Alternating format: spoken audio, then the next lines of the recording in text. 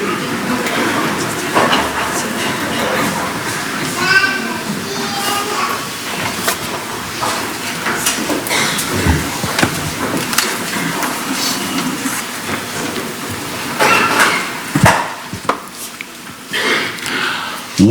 do you want me to do for you? There's no doubt about it. Competition is just as real today as it was at the time when Jesus asked that question of James and John in today's gospel. Human nature hasn't changed all that much in the last 2,000 years. We still want to be number one. And that's not just the Packers or the Bucks or the Badgers or the Brewers. It's every one of us. Aren't we taught to be the best that we can be? And don't we all want some recognition for trying to do that? Mark's gospel has never been kind or easy on the disciples of Jesus. He has reported their pettiness, their often stubborn lack of understanding, and even their vacillation when things got difficult. They're more like us than we care to admit. In today's incident, James and John are like 10-year-olds who are trying to manipulate their parents. We want you to do something really special for us. And Jesus is too smart to say yes or no. Without their realizing it, he asks them the ultimate question of their lives. What do you want me to do for you? What a question. How would we answer that? With innocent sincerity, they said, we want to sit next to you on seats of glory in your kingdom. And Jesus replied honestly and somewhat perplexed, you don't know what you are asking. 3 times already on the way to Jerusalem, he tried to tell the disciples that he came to serve and not to be served. And that vocation of service would include suffering and death. But he doesn't dwell on the brothers' attempt to one-up the other disciples. Instead, Jesus repeats one of his favorite themes to the entire group.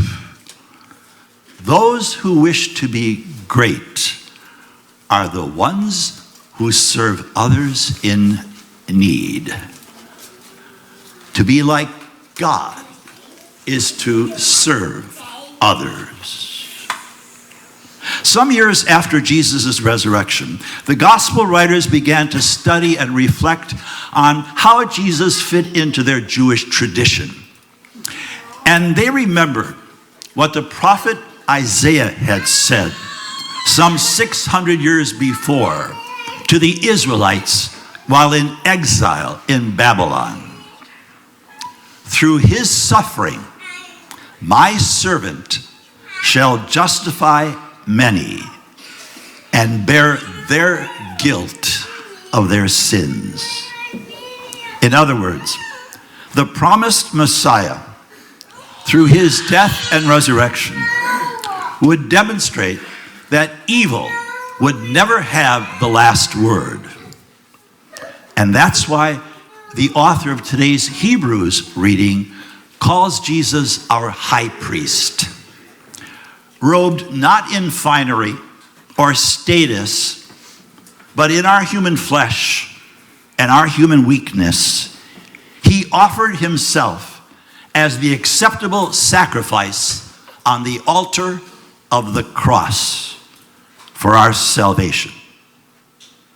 No wonder Pope Francis even has often said, he even smelled like us, like the sheep he came to shepherd.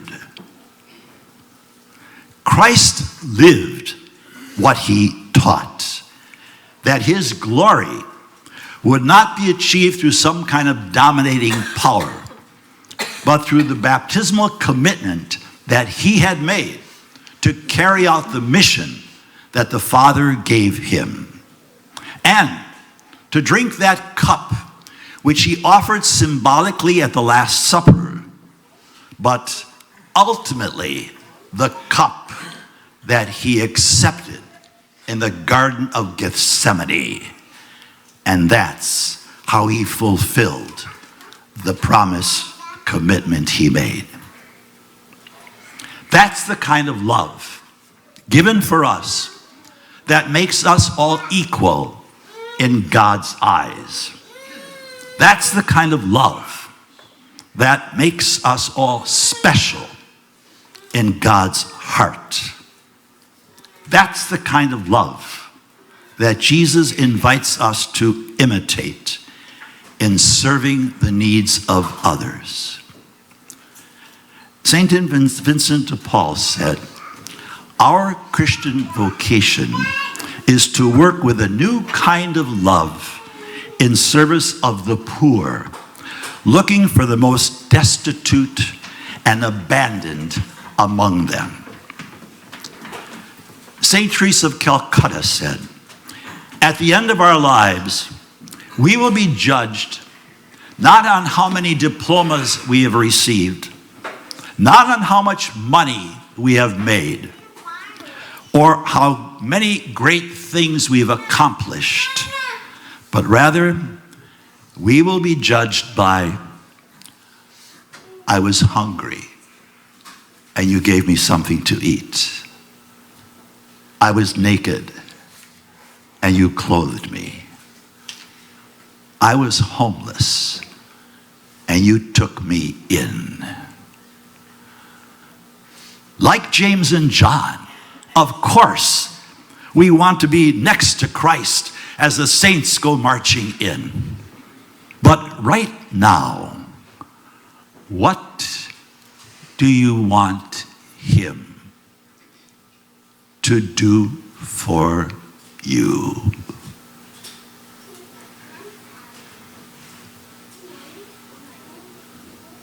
God bless you.